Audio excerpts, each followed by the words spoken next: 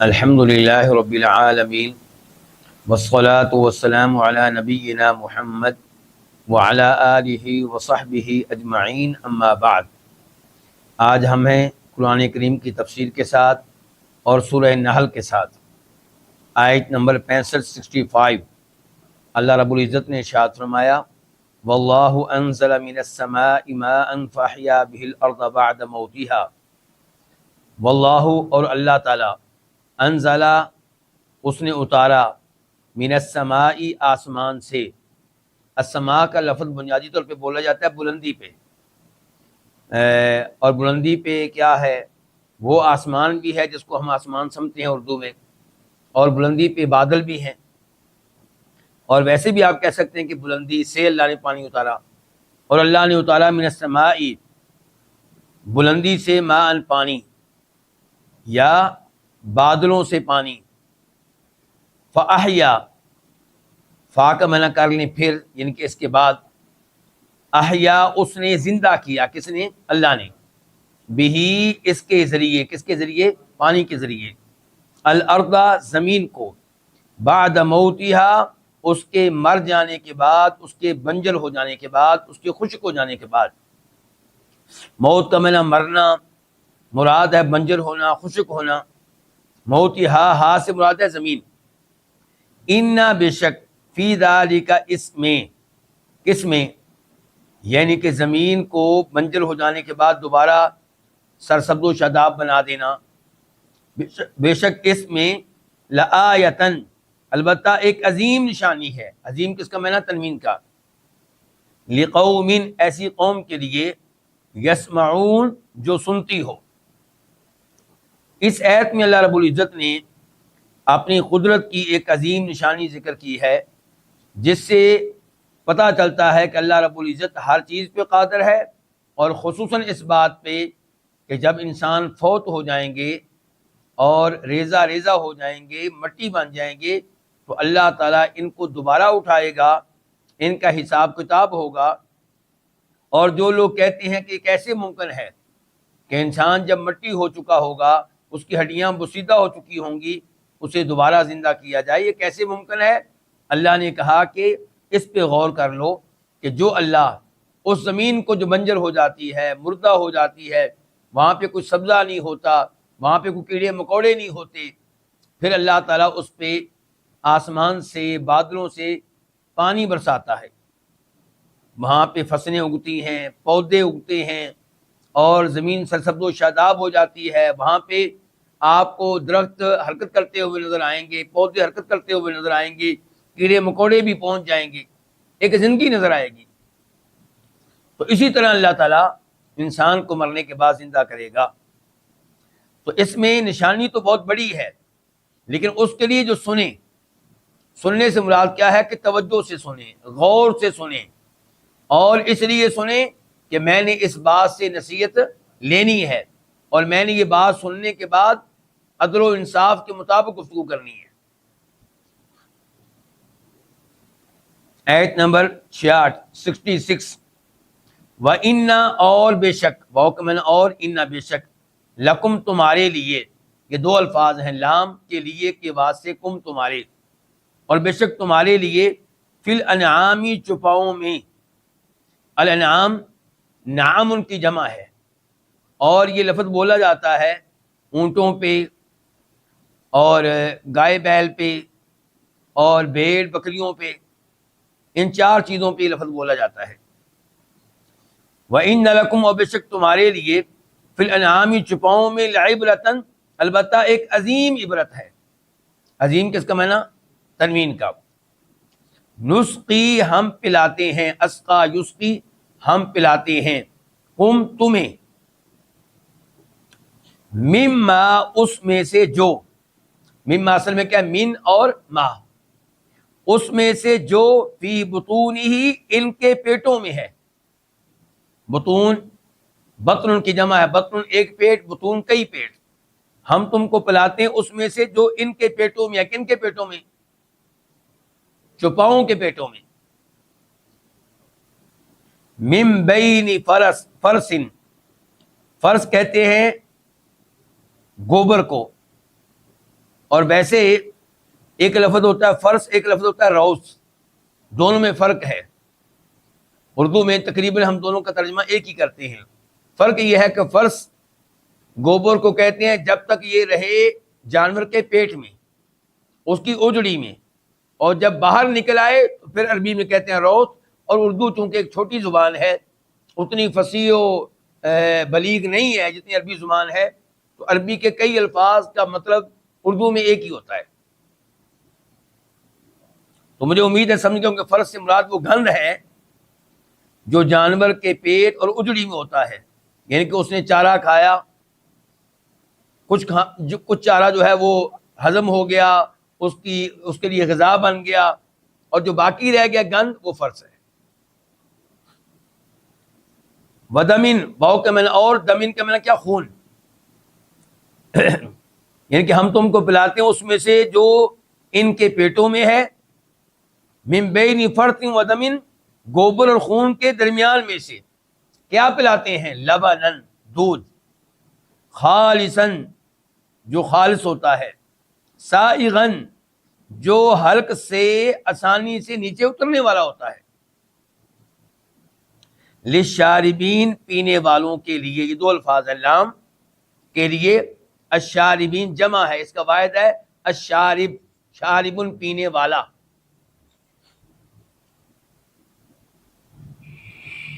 اس آیت کی تفسیر کیا ہے؟ اللہ رب العزت نے ارشاد فرمایا کہ تمہارے لیے چوپاؤں میں جو تمہارے سامنے ہیں عبرت کی بہت بڑی نشانی موجود ہے. اس سے بھی پتہ چلتا ہے کہ اللہ تعالیٰ ہر چیز پہ قادر ہے. ان جانوروں کے ذریعے بھی علم ہوتا ہے کہ اللہ تعالیٰ کے لیے مردوں کو دوبارہ زندہ کرنا کچھ مشکل نہیں ہوگا. آپ اللہ کی قدرت دیکھیں کہ پانی اور مٹی سے اللہ کیا پیدا کرتا ہے؟ گھاس، چارہ. کس سے؟ پانی اور مٹی سے. اللہ کی قدرت دیکھتے جائیے. اور پھر اللہ تعالیٰ گھاس اور چارے سے، جس کو جانور کھاتے ہیں، کیا پیدا کرتا ہے؟ خون. اور اس خون میں سے اللہ تعالیٰ کیا بناتا ہے؟ دودھ. اور اللہ کی قدرت دیکھیے کہ ایک طرف گوبر ہے، ایک طرف خون ہے، اس میں سے دودھ پیدا ہوتا ہے جس میں نہ گوبر کا رنگ ہے نہ خون کا رنگ ہے، جس میں نہ خون کے ذائقہ کی ملاوٹ ہے نہ گوبر کے ذائقہ کی ملاوٹ ہے. اللہ کی کتنی بڑی نشانی ہے. سفید رنگ کا دودھ، مزیدار، بو بالکل نہیں آئے گی، نہ خون کی نہ گوبر کی.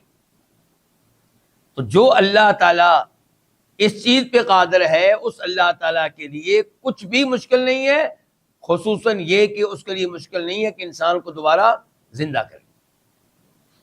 اور اس میں یہ بھی نشانی ہے کہ اس اللہ تعالیٰ کے ساتھ ان کو شریک کرنا جو کچھ بھی نہیں کر سکتے، یہ کتنی بڑی بیوقوفی ہے، کتنی بڑی حماقت ہے. ہر عبادت کے لائق اسی ایک اللہ کو سمجھا جائے جو ان امور کی قدرت رکھتا ہے، جو ہر چیز پہ قادر ہے. اور اس اللہ کے ساتھ عبادت میں لوگ ان کو شریک کر دیتے ہیں جو کچھ بھی نہیں کر سکتے.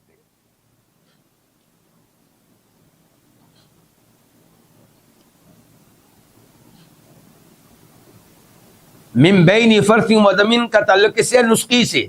یعنی کہ ہم تم کو پلاتے ہیں گوبر اور خون کے درمیان میں سے. کیا پلاتے ہیں؟ لبنا خالصا، خالص دودھ. اور ہم تم کو پلاتے ہیں مما فی بطونہ، اس میں سے جو ان کے پیٹوں میں ہے. یعنی کہ گوبر اور خون کے بیچ میں سے یہ دودھ نکلتا ہے. اور کہاں سے نکلتا ہے؟ ان کے پیٹ میں. ان کے پیٹ میں کئی چیزیں ہیں، وہاں سے ہی نکلتا ہے. مما فی بطونہ، یہی ضمیر مذکر کے لیے ہے، لیکن ہم نے کہا تھا ضمیر کی طرف جا رہی الانعام کی طرف. الانعام جمع ہے، اور اگر یہ لفظ ہوتا ہے مما فی بطونی، مما فی بطونہا، تو اس میں کوئی اشکال نہیں ہونا تھا، کوئی تردد پیدا نہیں ہونا تھا، کوئی اعتراض نہیں ہونا تھا. اب ممکن ہے کہ کوئی اعتراض کرے اور کہے الانعام کے لیے ضمیر مناسب تھی فی بطونہا، یہاں پہ بطون ہی ہے جو واحد کے لیے ہے اور مذکر کے لیے. تو اس کا جواب یہ ہے کہ لفظ انعام یہاں پہ بطور مفرد اور مذکر کے استعمال ہوا ہے، یعنی کہ یہاں پہ لفظ الانعام کے لفظ کی طرف دیکھا گیا ہے، معنی کی طرف نہیں دیکھا گیا۔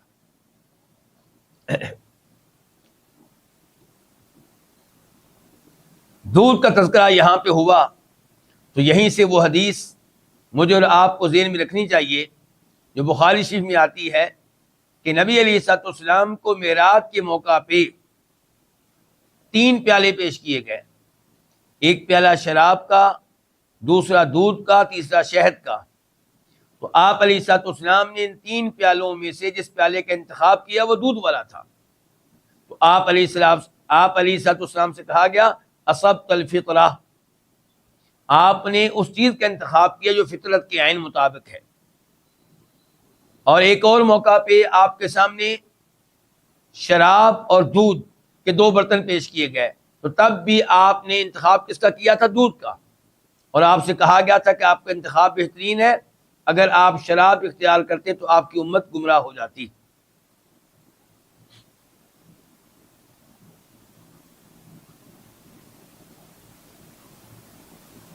اس کے بعد آیت نمبر 67، وَمِن ثَمَرَاتِ النَّخِيلِ، اور کھجوروں کے پھلوں میں سے، من کا معنی سے، ثمرات جمع ہے ثمرۃن کی، پھل، النخیل کھجوروں کے درخت، والاعناب اور انگور عنب ان کی جمع ہے۔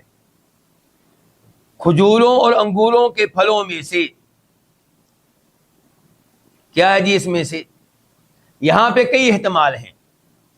ایک یہ ہے کہ آپ کہیں کہ وَمِن ثَمَرَاتِ النَّخِيلِ، اس کا تعلق ہے وَإِنَّ لَكُمْ فِي الْأَنْعَامِ لَعِبْرَةً سے، کہ بے شک تمہارے لیے چوپاؤں میں البتہ بڑی عظیم عبرت ہے، اور تمہارے لیے کھجوروں اور انگوروں کے پھلوں میں بھی بڑی عبرت ہے۔ ایک احتمال یہ ہے۔ دوسرا احتمال یہ ہے کہ آپ یوں کہیں کہ کھجوروں اور انگوروں کے پھلوں میں سے، یہاں پہ کہ لفظ مقدر ہوگا ثمر، کچھ پھل ایسا ہے کہ تتخذون منہ، تم بناتے ہو، تم پکڑتے ہو، منہ اس سے، اس پھل سے کیا بناتے ہو؟ سکرن، ایک نشہ آور چیز، ورزقا حسنا، اور ایک اچھا رزق، رزقا رزق حسن اچھا، ان بے شک فی ذالک اس میں، لآیۃ البتہ ایک عظیم نشانی ہے، لقوم ایسی قوم کے لیے، یعقلون جو عقل رکھتی ہو، جو سمجھتی ہو۔ تو اللہ رب العزت نے اس آیت میں اپنی قدرت کی ایک اور نشانی ذکر کی ہے، اور وہ یہ کہ اللہ رب العزت نے انسانوں کے لیے پھل پیدا کیے ہیں، کھجوروں کے اور انگوروں کے، اور ان پھلوں سے انسان بسا اوقات کیا بناتا ہے؟ نشہ آور چیز، شراب بناتا ہے، اور ان پھلوں سے انسان اچھا رزق بھی حاصل کرتا ہے۔ 2 چیزیں ذکر کی گئی ہیں، پھلوں سے انسان، ان کے کھجوروں کے پھلوں سے اور انگوروں کے پھلوں سے انسان کتنی چیزیں بناتا ہے؟ 2، ایک نشہ آور چیز اور ایک بہترین رزق۔ نشہ آور چیز اور بہترین رزق، اس میں اشارہ ہے کہ نشہ آور چیز بہترین رزق نہیں ہے، وہ خبیث چیز ہے، وہ اچھی چیز نہیں ہے۔ یہ آیت مکہ میں نازل ہوئی، اور شراب مکہ میں حرام نہیں تھی، شراب کو حرام کیا گیا بعد میں۔ تو یہ ابتدائی آیت ہے شراب کے بارے میں، جس میں اشارہ کیا گیا ہے کہ شراب پینا کوئی اچھی بات نہیں ہے۔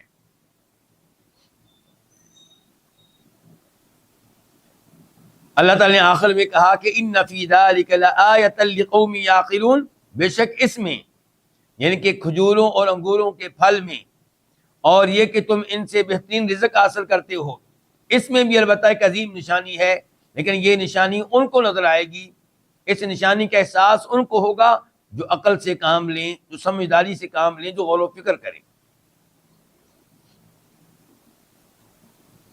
آیت نمبر 68، وَأَوْحَا، واو کا معنی کیا؟ اور، اوحا وحی کی، اور یہاں پہ مراد ہے وحی سے الہام. وحی کی کئی اقسام ہوتی ہیں، اور وحی کی ایک قسم کیا الہام، دل میں بات ڈال دینا. تو یہاں پہ یہ والی وحی مراد ہے. ویسے وحی کا لفظی معنی ہوتا ہے کہ جلدی کے ساتھ خفیہ طور پہ کسی کو کوئی بات بتا دینا، تیزی بھی ہو اس میں اور معاملہ خفیہ بھی رہے، اس کو کیا کہتے ہیں؟ وحی. انبیاء کرام علیہم الصلوۃ والسلام پہ وحی نازل ہوتی تھی، تیزی کے ساتھ اللہ کا پیغام پہنچتا تھا ان کے پاس، اور خفیہ طریقے سے. ساتھ والے لوگوں کو علم نہیں ہوتا تھا جب تک کہ نبی خود بتا نہیں دیتے تھے کہ میرے اوپر یہ وحی نازل ہوئی ہے صلی اللہ علیہ وسلم. اور یہاں پہ چونکہ وحی کا تعلق ہے شہد کی مکھی سے، اس آیت میں شہد کی مکھی کا تذکرہ ہو رہا ہے، تو اللہ نے شہد کی مکھی کی طرف وحی کی، تو پھر اس سے مراد کیا ہوگا؟ الہام. جیسا کہ وَأَوْحَيْنَا إِلَىٰ أُمِّ مُوسَىٰ أَنْ أَرْضِعِيهِ، کہ ہم نے موسیٰ علیہ السلام کی والدہ کے دل میں یہ بات ڈال دی کہ آپ اس کو دودھ پلائیں. کس کو؟ موسیٰ علیہ السلام کو.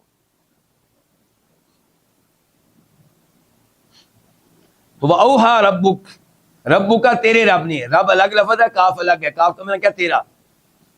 تیرے رب نے، یہاں پہ اللہ تعالیٰ گفتگو کر رہے ہیں ہمارے نبی سے صلی اللہ علیہ وسلم.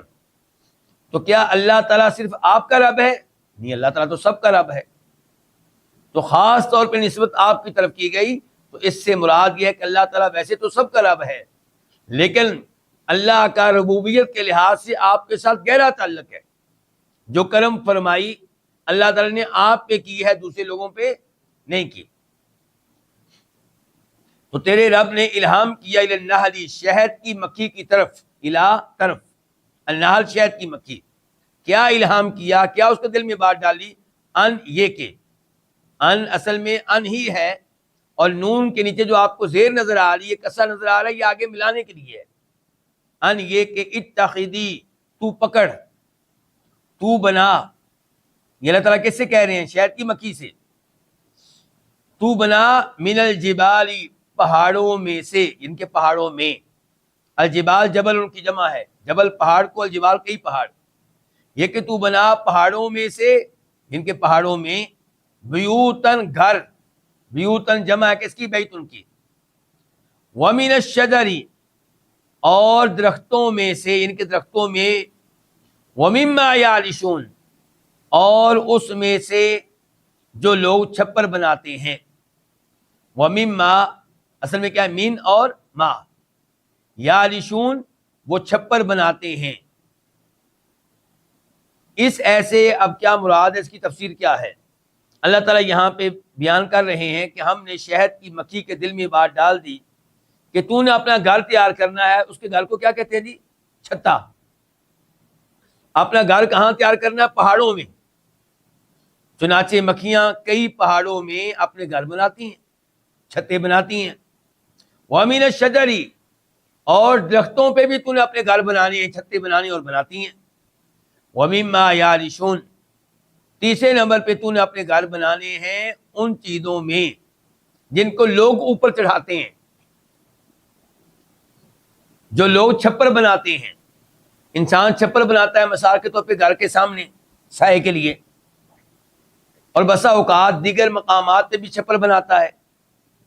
اور اس میں وہ چیزیں بھی آ جائیں گی جو پودے انسان اوپر چڑھاتا ہے دیواروں کی طرف، یا بانسوں کے ذریعے چڑھاتا ہے. تو یہ سب چیزیں اس میں آ جائیں گی. مما یعرشون، تو اللہ تعالیٰ نے شہد کی مکھی سے کہا ہے کہ کئی پہاڑوں پہ اپنا گھر بنا لے، کئی درختوں پہ اپنا گھر بنا لے، اور جن چیزوں کو لوگ اوپر چڑھاتے ہیں ان پہ بھی اپنا گھر بنا لے. تو 3 مقامات اللہ نے بتائے شہد کی مکھیوں کو. اور یہاں پہ جو من کا لفظ آیا، من الجبال، من الشجر، ومما یعرشون، یہ تینوں جگہ پہ من تبعیدیہ ہے.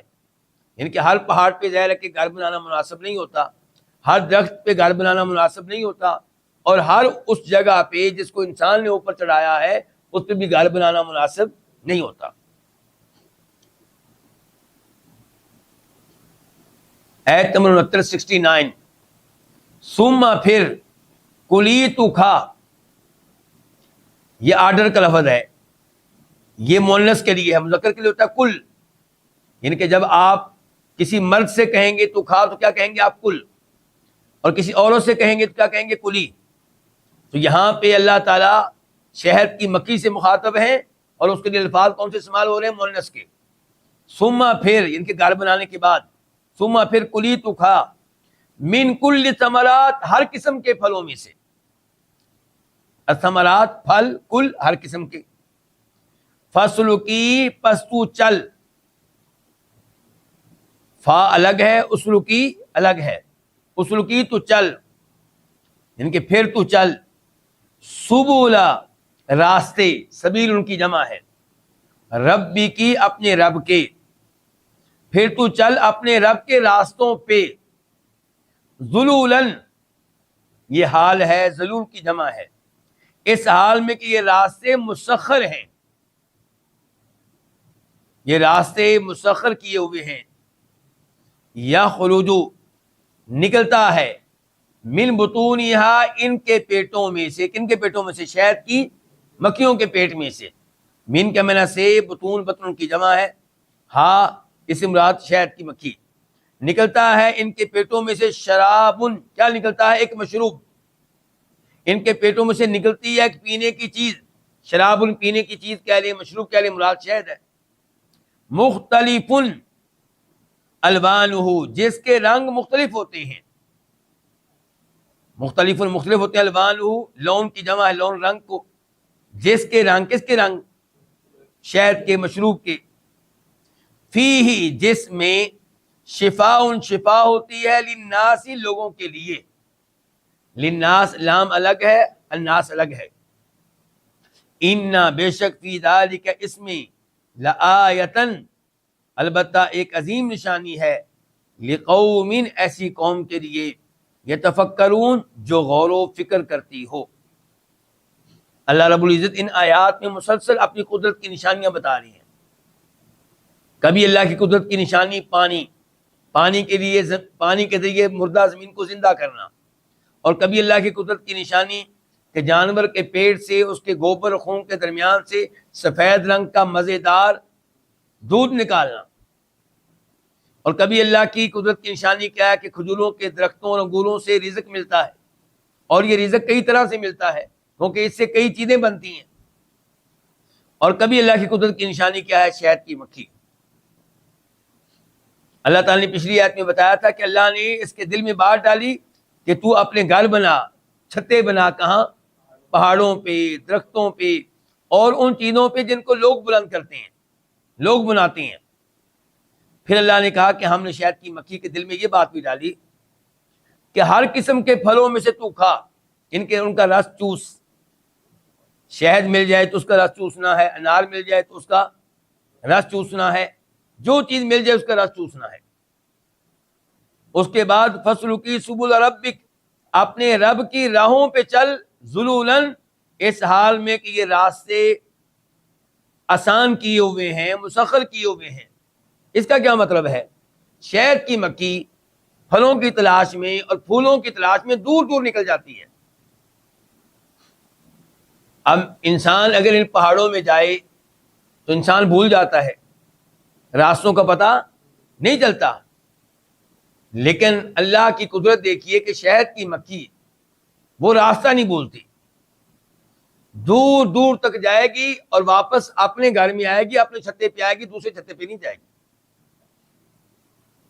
تو یہ اللہ تعالیٰ کی رحمت بھی ہے، اللہ کا کرم بھی ہے، اللہ کی قدرت کی نشانی بھی ہے.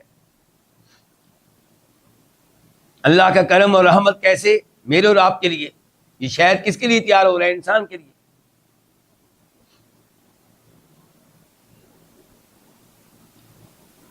یخرج من بطونہا شراب مختلف. اللہ تعالیٰ فرما رہے ہیں کہ ان شہد کی مکھیوں کے پیٹ سے ایک مشروب نکلتا ہے، ایک پینے کی چیز نکلتی ہے جس کے رنگ مختلف ہیں. یہ بھی اللہ کی قدرت کی نشانی کہ شہد جو ہوتے ہیں طرح طرح کے ہیں، اور ہر ایک کا رنگ دوسرے سے کیا ہے؟ تقریباً مختلف ہے. جیسے ہر انسان کا رنگ دوسرے انسان سے مختلف ہے. آج کل کے انجینئر جو کسی فیکٹری میں ہوں تو وہ ایک جیسا ڈیزائن بناتے بناتے تھک جاتے ہیں، نیا ڈیزائن تلاش کرتے کرتے. اور ایک ڈیزائن تلاش کرتے ہیں تو اس ایک ڈیزائن میں لاکھوں جوتے نکالتے ہیں پھر نیا ڈیزائن آتا ہے اگلے 1,00,000 جوتوں کے لیے، پھر نیا ڈیزائن آتا ہے اگلے 1,00,000 جوتوں کے لیے. اور یہاں اللہ کی قدرت کی نشانی دیکھیے، ہر انسان دوسرے سے مختلف ہے اور شہد بھی ایک دوسرے سے مختلف ہے. پھر فرمایا فیہ شفاء للناس، اس شہد میں لوگوں کے لیے شفا ہے. یہاں پہ ذرا غور کیجئے گا کہ اللہ نے بتا دیا قرآن کریم میں کہ شہد میں لوگوں کے لیے شفا ہے. اب شہد سے شفا کیسے لینی ہے؟ اللہ نے اس کو مشروب قرار دیا، اس کا مطلب ہے اس کو پینا ہوگا. اور اس کے لیے جو تجربہ کار لوگ ہیں، حکیم قسم کے لوگ ہیں، طبیب قسم کے لوگ ہیں، وہ آپ کو بتائیں گے کس مرض کے لیے شہد کو آپ کیسے استعمال کریں گے، کب آپ اس مرض کے لیے پئیں گے، کتنی مقدار میں پئیں گے، دودھ میں ڈال کر پئیں گے کہ پانی میں ڈال کر پئیں گے. پانی جس میں ڈالیں گے شہد وہ گرم ہونا چاہیے کہ ٹھنڈا ہونا چاہیے. تو طرح طرح کے استعمالات ہیں شہد کے اور طرح طرح کے فوائد ہیں. اللہ کی قدرت کی یہ بہت بڑی نشانی ہے، اللہ کا یہ بہت بڑا کرم ہے. اور پرانے زمانے میں حکیم قسم کے لوگ جب میڈیسن تیار کرتے تھے، معجون تیار کیا کرتے تھے، تو ان کو لمبے عرصے تک محفوظ رکھنے کے لیے شہد کا استعمال کرتے تھے.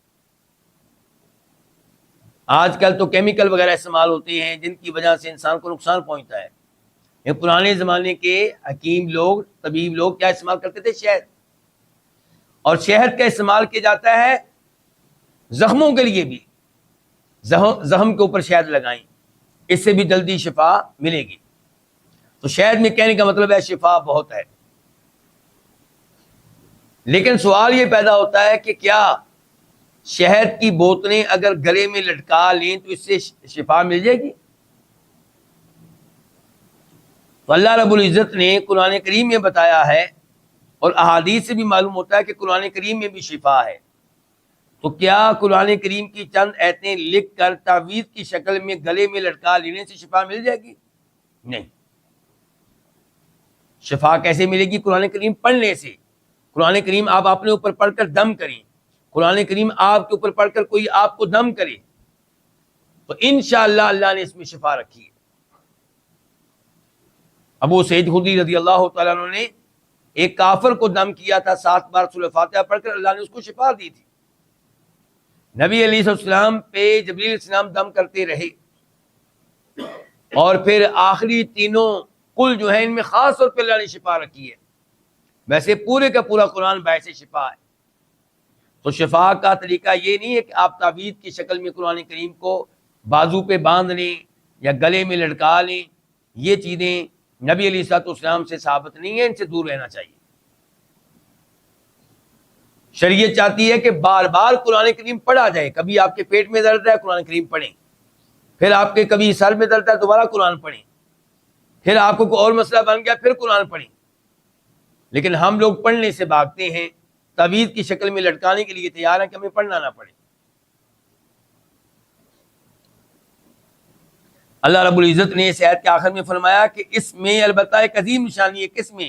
یہ شہد کے جو معاملات ہیں، یہ جو شہد کی مکھیوں کے معاملات ہیں، کہ شہد کی مکھی کا اپنا گھر بنانا، چھتا تیار کرنا، اور پھر ہر چھتے میں مکھیوں کی بہت بڑی تعداد ہوتی ہے، اور پھر ہر چھتے کی مکھیوں کی ایک ملکہ ہوتی ہے، ایک سربراہ ہوتی ہے، باقاعدہ ان کا ایک سسٹم ہے، ایک نظام ہے.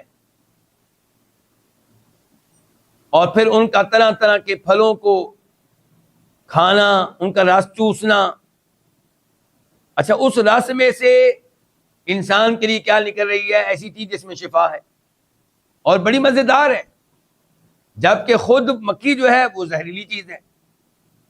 زہریلی مکھی سے شہد جیسی لذیذ چیز پیدا کرنا یہ اللہ کی قدرت کی بہت بڑی نشانی ہے. زہریلی چیز کے سے جو چیز نکلتی ہے اس میں شفا رکھ دینا یہ اللہ کی بہت بڑی نشانی ہے. تو یہی اللہ ہے جس کی عبادت کرنی چاہیے، اور اس اللہ تعالیٰ کے ساتھ عبادت میں کسی اور کو شریک نہیں کرنا چاہیے. آیت نمبر 70 واللہ اور اللہ تعالیٰ نے خلقہ پیدا کیا کم تمہیں ثم پھر یتوفا وہ فوت کرتا ہے، وہ فوت کرے گا کم تمہیں،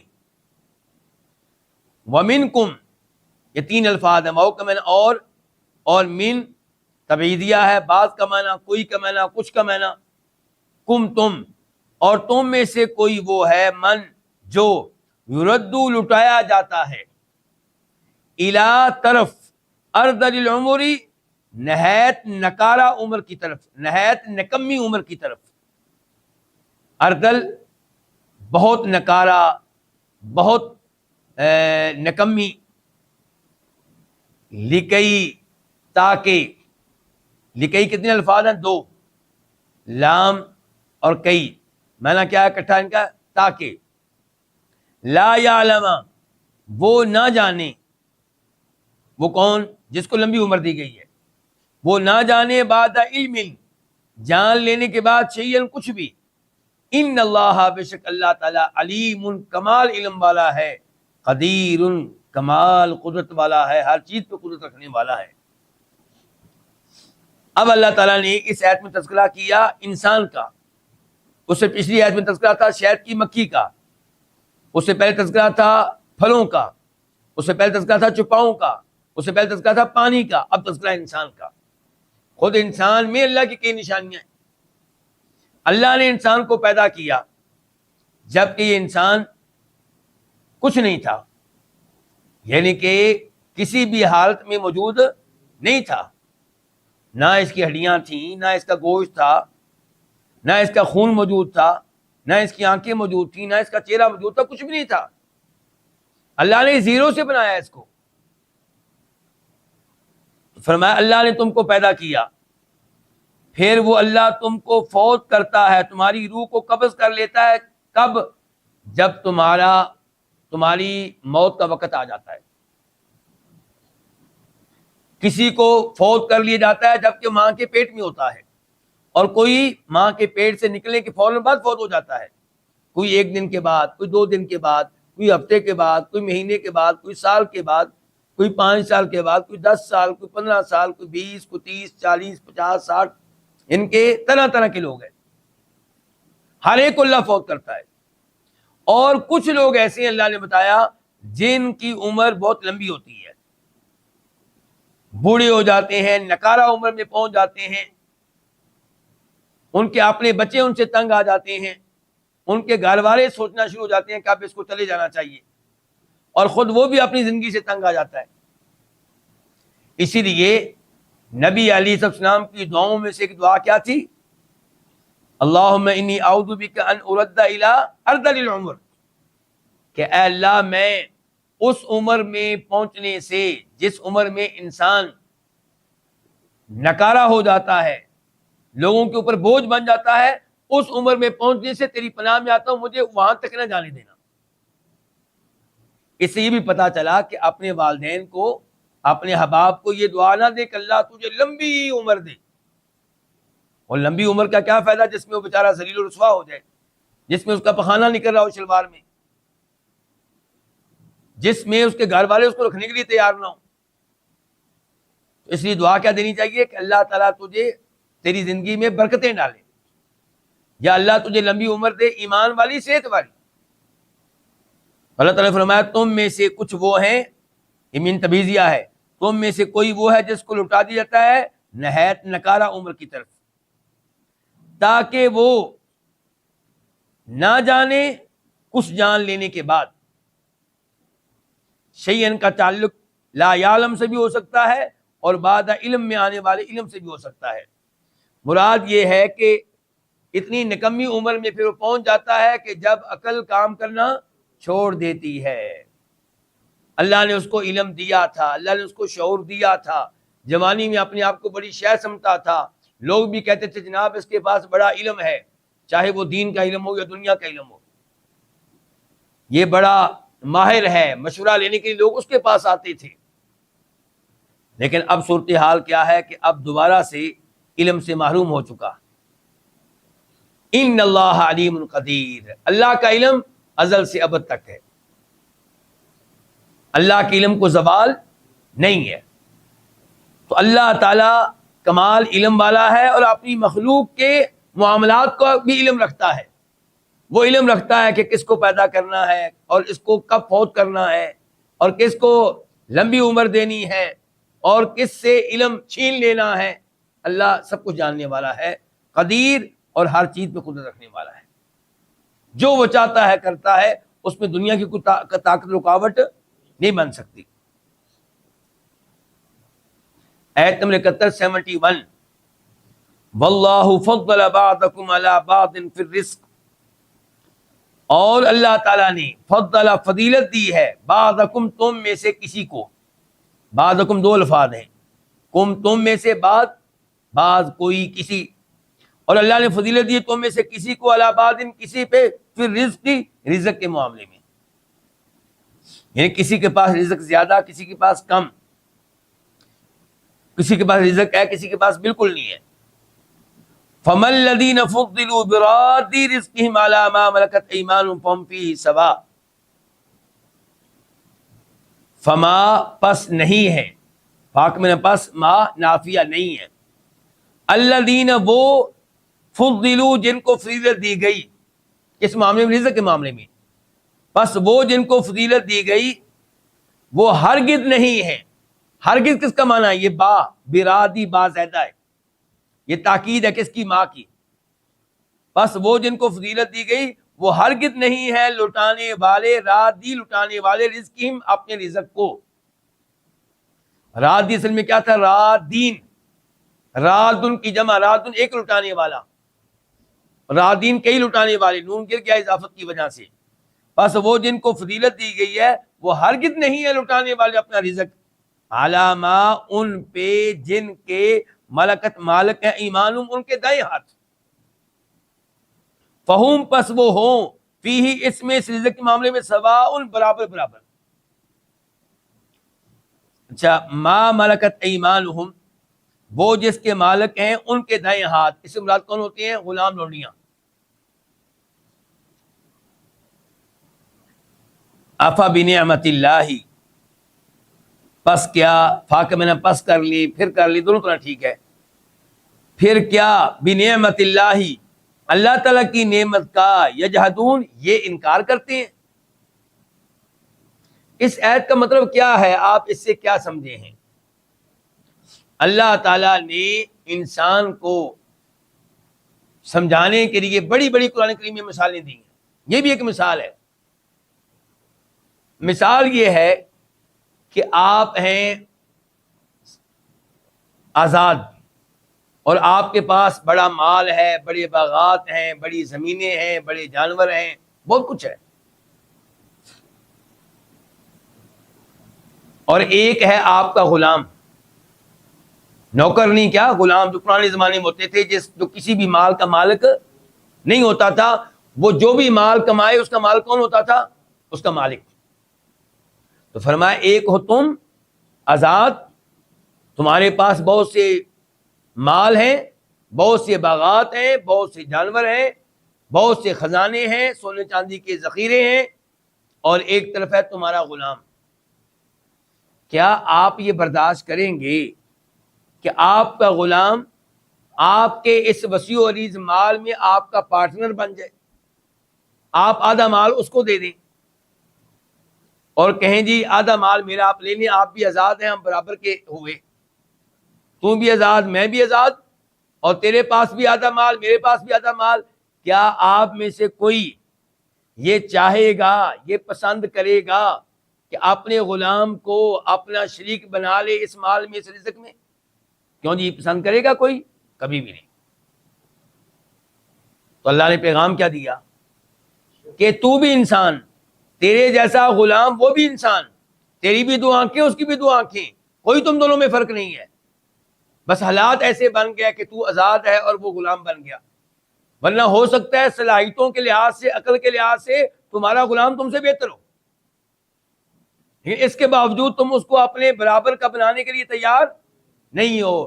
تو پھر تم کیسے یہ جرأت کرتے ہو، کیسے جسارت کرتے ہو کہ اللہ کے مملوک لوگوں میں سے، اللہ کی مخلوقات میں سے کسی کو اللہ کے برابر کر دیتے ہو، اس سے اللہ کی طرح دعائیں کرتے ہو، اس کے نام پہ اللہ کی طرح بکرے ذبح کرتے ہو، اس کو اللہ کا شریک بناتے ہو. اپنے لیے تو تم شراکت پسند نہیں کرتے، تو اللہ تعالیٰ کے لیے اللہ کی مخلوق کو شریک کیسے بنا لیتے ہو؟ مجھے امید ہے کہ مثال واضح ہوگی. ترجمہ ایک بار پھر سن لیں. اور اللہ نے تم میں سے کسی کو کسی پہ فضیلت دی ہے رزق میں، پس وہ جن کو فضیلت دی گئی ہے وہ ہرگز نہیں لٹانے والے ہیں اپنے رزق کو ان پہ جن کے مالک ہیں ان کے دائیں ہاتھ، بس وہ ہو جائیں اس رزق کے معاملے میں برابر. پھر کیا اللہ کی نعمت کے ساتھ یہ انکار کرتے ہیں؟ یعنی کہ اللہ کے انعامات، اللہ کی نعمتوں کا انکار کرتے ہیں، اور اللہ تعالیٰ جو نعمتیں دینے میں اکیلا ہے اس کے ساتھ ان کو شریک کر لیتے ہیں جو کوئی بھی نعمت دینے والے نہیں ہیں. آیت نمبر 72 واللہ، اور اللہ تعالیٰ نے جعلا بنائی لکم تمہارے لیے، دو الفاظ ہیں لام کے لیے، کم تمہارے لیے، من انفسکم تمہارے نفسوں میں سے، تم ہی میں سے کیا بنائی؟ ازواجن بیویاں، ازواج زوج ان کی جمع ہے. وجعلا، اور اس نے بنائے، کس نے؟ اللہ نے، لکم تمہارے لیے، من ازواجکم تمہاری بیویوں سے کیا بنائے؟ بنین، بیٹے. بنین جمع ہے ابن ان کی، ابن ایک بیٹا، بنین کئی بیٹے. وحفدتن، اور پوتے. ورزقا، واو کے معنی اور، رزقا اس نے تمہیں دیں، کم تمہیں، من الطیبات پاکیزہ چیزوں میں سے کئی ایک. من کیا ہو جائے گا؟ تبعیضیہ. افا بالباطل، آ جو ہے یہ استفہام کے لیے ہے، جیسا کہ افا بنعمت اللہ جو پچھلی آیت تھی اس میں بھی حمزہ استفہام کے لیے تھا، سوال کے لیے تھا. کیا، فا پس، بالباطل باطل پہ، بال با کا معنی پہ، الباطل باطل، پھر کیا باطل پہ یؤمنون یہ ایمان لاتے ہیں، وبنعمت اللہ اور اللہ کی نعمتوں کا کے ساتھ ہم یہ یکفرون ناشکری کرتے ہیں، ان کا انکار کرتے ہیں. اللہ تعالیٰ نے اس آیت میں مزید اپنے احسانات کا تذکرہ کیا. اللہ تعالیٰ کہتے ہیں کہ میری قدرت دیکھیں کہ میں نے تم سے تمہاری بیوی کو پیدا کیا ہے. جن کے پہلی عورت کس سے پیدا ہوئی تھی؟ پہلے انسان سے. پہلے انسان کون؟ آدم علیہ السلام. اللہ نے اماں حوا کو آدم علیہ السلام کی پسلی سے پیدا کیا. کتنی بڑی اللہ کی قدرت کی نشانی ہے. تو فرمایا اللہ نے تمہارے لیے تم ہی میں سے بیویاں بنائیں، اور بعد میں انسان آدم علیہ السلام کے بعد اور اماں حوا کے بعد انسان کہاں سے پیدا ہو رہے ہیں؟ نطفے سے، پانی کے قطرے سے. لیکن آغاز آدم علیہ السلام مٹی سے پیدا ہوئے اور اماں حوا آدم علیہ السلام سے پیدا ہوئے. تو فرمایا اللہ تعالیٰ نے تمہارے لیے تم ہی میں سے بیویاں بنائیں، اور اللہ نے تمہارے لیے تمہاری بیویوں سے بیٹے اور پوتے بنائے. یعنی کہ اللہ ان بیویوں سے تمہیں اولاد دیتا ہے، بیٹے دیتا ہے، پوتے دیتا ہے. اور یہ اللہ تعالیٰ کا بہت بڑا احسان ہے. بیٹے کتنا بڑا احسان ہے، پوتے کتنا بڑا احسان ہے. ان سے پوچھئے جن کے گھروں میں بیٹے نہیں ہیں، یا ان سے پوچھئے جن کے گھر میں بیٹے ہیں، شادیاں ہو چکی ہیں اور آگے اولاد نہیں ہو رہی. بطور دین کے طالب علم کے مجھے اس چیز کا احساس ہے. کیوں لوگ ہم سے رابطہ قائم کرتے ہیں کہ ہمارے لیے دعا کریں، پریشان ہوتے ہیں. کوئی پریشان ہے اپنے بارے میں کہ میرے گھر میں اولاد نہیں ہے، بیٹا نہیں ہے، اور کوئی پریشان ہے کہ میرے بیٹوں کے گھر میں اولاد نہیں ہو رہی. ایسے لوگ بھی ملے جو کہتے ہیں میرے 4 بیٹے ہیں، یا 2 بیٹے 2 بیٹیاں ہیں، یا 3 بیٹے 1 بیٹی ہے، کسی کے گھر میں اولاد نہیں ہے. تیسرے نمبر پہ اللہ نے اپنا احسان یہ بتایا کہ وَرَزَقَكُم مِّنَ الطَّيِّبَاتِ، اللہ نے طرح طرح کی عمدہ چیزوں سے تمہیں رزق دیا، پھلوں سے، جانوروں سے، اور دیگر چیزوں سے تمہیں اللہ تعالیٰ نے طرح طرح کا رزق دیا ہے. شہد اللہ کی طرف سے دیا گیا رزق ہے، یہ کھجوریں اللہ کی طرف سے رزق ہیں، یہ انگور اللہ کی طرف سے رزق ہیں، اور اس سے پہلے دودھ اللہ کی طرف سے رزق ہے. تو یہ اللہ تعالیٰ کی نعمتیں ہیں، یہ اللہ تعالیٰ کے احسانات ہیں. اللہ نے کہا پس کیا یہ باطل پہ ایمان لاتے ہیں؟ باطل سے مراد یہاں پہ کیا ہوگا؟ مثال کے طور پہ بت. اور وہ جن کو اللہ کے علاوہ پکارا جاتا ہے ان پہ ایمان لاتے ہو، ان کی طرف نسبت کرتے ہو ان چیزوں کی، اور یہ سمجھتے ہو کہ چیزیں ہمیں یہ دینے والے ہیں یا ان کے ذریعے مل رہی ہیں، یہ وسیلہ ہے، واسطہ ہے، اور اللہ جو نعمتیں دینے والا ہے اس کے ساتھ ناشکری کر رہے ہو۔ جب تم اللہ تعالیٰ کے ساتھ اوروں کو شریک کرو گے تو یہ ناشکری ہے، بہت بڑی ناشکری، کہ نعمتیں دینے کی باری آئے تو اللہ تنہا، اور عبادت کی باری آئے تو اب اللہ تعالیٰ کے ساتھ اوروں کو بھی شریک کرتے ہیں۔ یا اللہ مدد کے ساتھ ساتھ یا علی مدد کا نعرہ لگاتے ہیں، یا اللہ مدد کے ساتھ ساتھ یا رسول اللہ مدد کا نعرہ لگاتے ہیں۔ یہ تو آپ نے جناب علی کو اور نبی علیہ السلام کو اللہ کا شریک بنا دیا، جبکہ ساری نعمتیں ایک اللہ کی طرف سے ہیں۔ خود اللہ کے رسول علیہ السلام کی آمد ہمارے اوپر اللہ کا احسان ہے، لیکن آپ کو بھیجا کس نے؟ اللہ نے، تو آپ کا آنا بھی اللہ کا احسان ہے ہمارے اوپر۔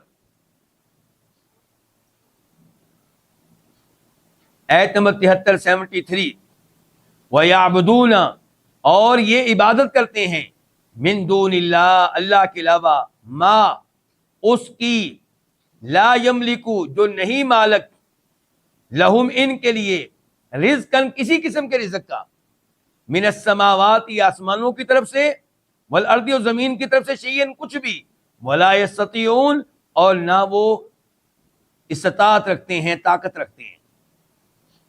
اس آیت کی تفسیر کیا ہے؟ اللہ نے بتایا کہ یہ لوگ اس اللہ کو چھوڑ کر، جس اللہ تعالیٰ کی یہ قدرت ہے جو ہم کئی آیتوں سے پڑھ رہے ہیں، جس اللہ کی یہ انعامات ہیں جن کا تذکرہ ہم پڑھ رہے ہیں، کہ بیوی دینے والا اللہ، بیٹے دینے والا اللہ، پوتے دینے والا اللہ، طرح طرح کا رزق ہمارے گھر میں جو موجود ہے وہ دینے والا اللہ، تو انسان اس اللہ کے ساتھ اوروں کو شریک کرتا ہے، اوروں کی عبادت کرتا ہے، جن کی عبادت کرتا ہے وہ کسی قسم کا رزق دینے کی طاقت، نہ آسمان کی طرف سے رزق دے سکتے ہیں کہ بارشیں برسائیں، اور نہ زمین سے کوئی پودا اگا سکتے ہیں۔ آپ دیکھیں کسان ہل چلاتا ہے اور دانے، بیج پھینک کر چلا آتا ہے، اس میں زندگی کون ڈالتا ہے؟ اس بیج میں سے پودا کون نکالتا ہے؟ اور اس کمزور سے پودے میں یہ طاقت کون رکھ دیتا ہے کہ وہ زمین کو چیرتا ہوا باہر نکلتا ہے؟ یہ کس کا کام ہے؟ اللہ کا کام۔ اور اللہ کے علاوہ جن کی عبادت کرتے ہیں وہ نہ زمین کی طرف سے کوئی رزق دے سکتے ہیں، نہ آسمان کی طرف شیئن، کچھ بھی، ولا یستطیعون، اور نہ وہ اس کی استطاعت رکھتے ہیں۔ یعنی کہ ایسا بھی نہیں ہے کہ وہ اللہ سے شفاعت کریں، اللہ سے رابطہ قائم کریں اور اللہ کو مجبور کر دیں کہ تو کسی کو رزق دینا پڑے گا تجھے، ایسا بھی نہیں ہے۔ نہ مالک ہیں اور نہ کہیں سے زبردستی لے کر دے سکتے ہیں۔ آیت نمبر 74 74 فلا تضربوا، پس تم نہ بیان کرو، فاقہ میں نے پاس لا نہیں تضربوا، پس تم نہ بیان کرو، للہ، اللہ تعالیٰ کے لیے، امثال، مثالیں، الامثال مثل ان کی جمع ہے، ان اللہ، بے شک اللہ تعالیٰ، یعلم، جانتا ہے، علم رکھتا ہے، وانتم لا تعلمون، اور تم نہیں جانتے۔ اس آیت کا کیا مطلب ہے؟ کہ اللہ تعالیٰ کے لیے ایسی مثالیں بیان نہ کرو جن مثالوں کے ذریعے تم شرک کو جائز قرار دینا چاہتے ہو، شرک کو درست قرار دینا چاہتے ہو۔ مثال کے طور پہ یہ مثال کہ بادشاہ تک پہنچنے کے لیے ضرورت ہوتی ہے کس کی؟ سیڑھی کی۔ چھت تک پہنچنے کے لیے سیڑھی کی ضرورت ہے، بادشاہ تک پہنچنے کے لیے درمیان میں کئی لوگوں کی ضرورت ہے۔ آپ کلرک سے رابطہ قائم کریں گے، وزیر سے رابطہ قائم کریں گے، منسٹر سے رابطہ قائم کریں گے، وہ وسیلہ بنے گا، وہ سیڑھی بنے گا، واسطہ بنے گا، اس کے ذریعے آپ کی بادشاہ کے دربار میں رسائی ہوگی، آپ پہنچ سکیں گے، بادشاہ سے گفتگو کرنے کا اعزاز حاصل کر سکیں گے۔ تو مثالیں بیان کرتے ہیں کہ اللہ تعالیٰ تک بھی ڈائریکٹ پہنچا نہیں جا سکتا، اللہ تعالیٰ کے لیے بھی سیڑھی کی ضرورت ہے، اللہ تعالیٰ کے لیے درمیان میں کئی واسطوں کی ضرورت ہے۔ اللہ نے کہا میرے لیے ایسی مثالیں بیان نہ کرو۔ بادشاہ تو کمزور ہے، وہ ایک وقت میں کئی لوگوں سے ملاقات نہیں کر سکتا، وہ ایک وقت میں کئی لوگوں کی بات نہیں سن سکتا، وہ سب لوگوں کی زبان نہیں سمجھتا، اس کو مترجم کی ضرورت ہے، اس کو وزیروں کی ضرورت ہے، اس کو کلرکوں کی ضرورت ہے، وہ محتاج ہے، اور اللہ محتاج نہیں ہے۔